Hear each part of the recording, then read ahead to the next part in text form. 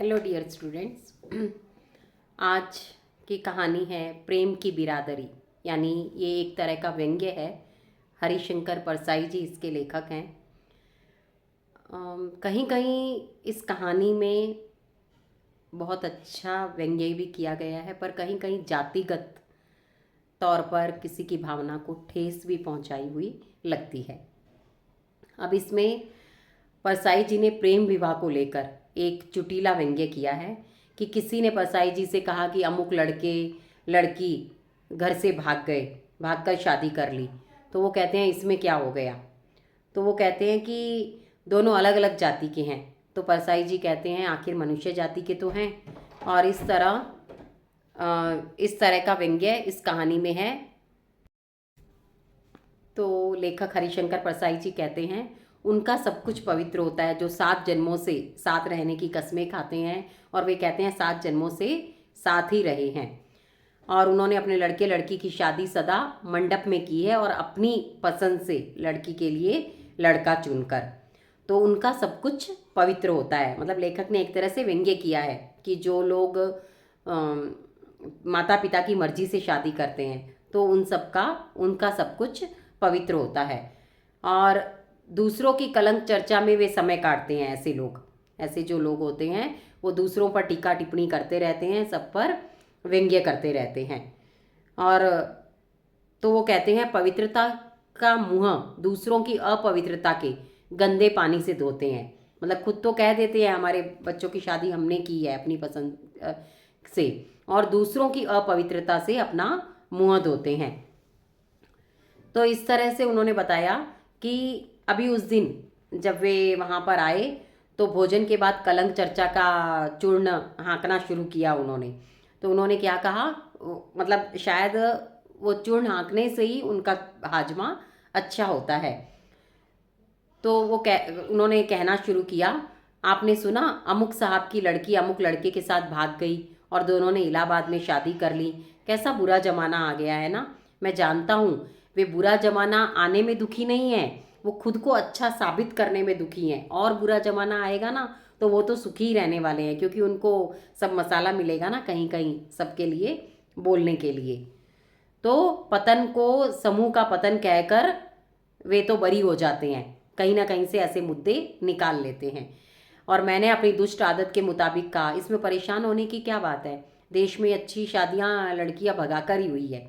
अब वो उसका एग्जाम्पल क्या देते हैं कि कृष्ण ने रुक्मणी का हरण किया था। कृष्ण ने मतलब रुक्मणी का हरण करके शादी की थी, और अर्जुन ने कृष्ण की बहन सुभद्रा का। इसमें कृष्ण की रजामंदी थी, तो भाई अगर साथ देना तो सब कुछ हो जाता है। वे नहीं जानते थे कि उनकी ही बात उन पर पड़ने वाली है। तो मैंने उन्हें कहा, ऐसी बात जब मैंने कही ना कि उनके मुंह पर ही मैंने ये बात मारी, तो वो कहते हैं भगवान कृष्ण की बात अलग है।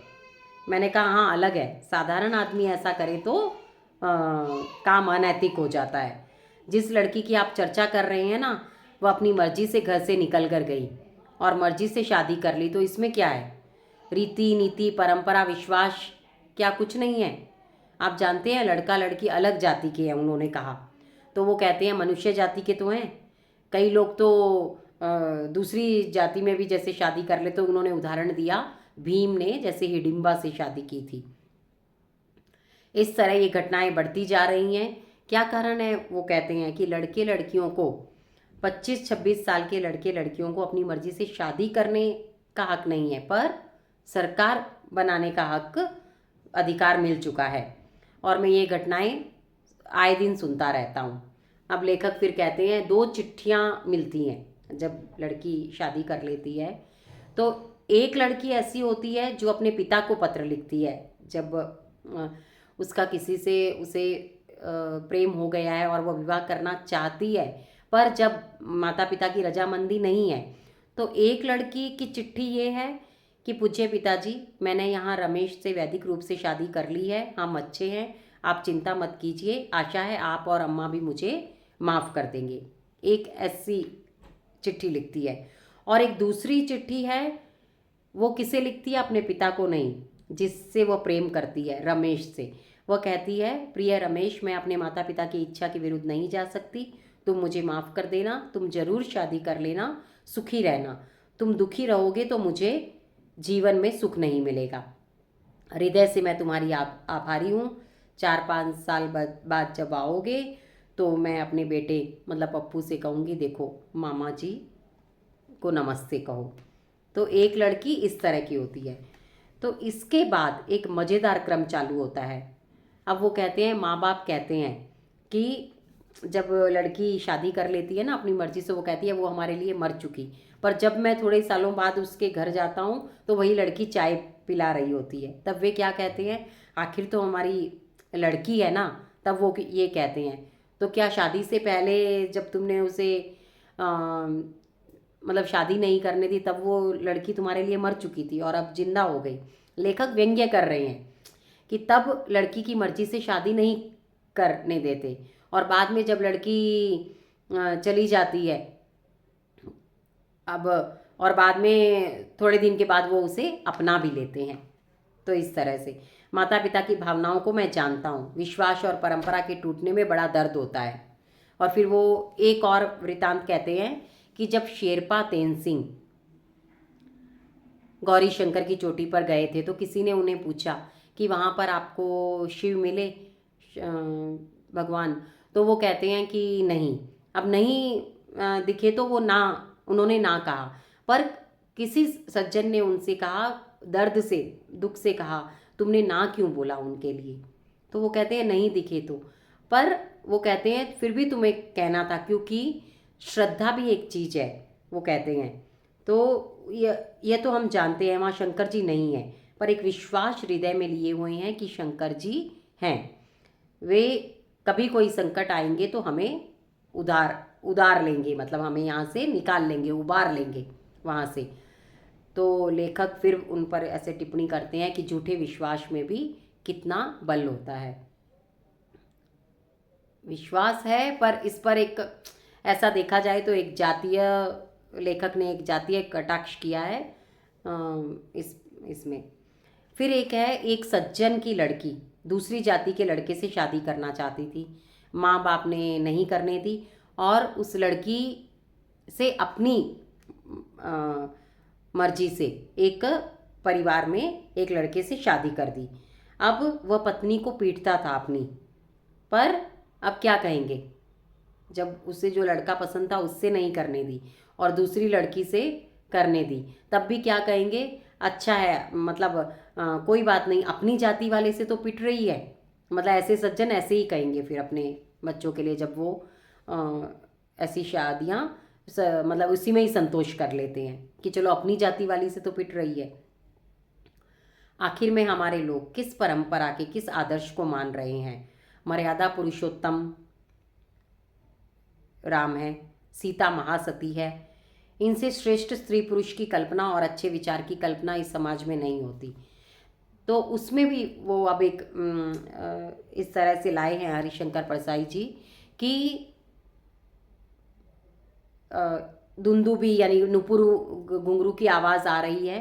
तुलसीदास जी कह रहे हैं कि घुंघरू की आवाज़ आ रही है और राम का मन वहाँ डोल गया है और तभी उनका धनुष टूट गया था, मन का धनुष टूट गया था, यानी सीता पर वे मोहित हो गए थे जब उनके नुपुर की आवाज़ सुनी थी।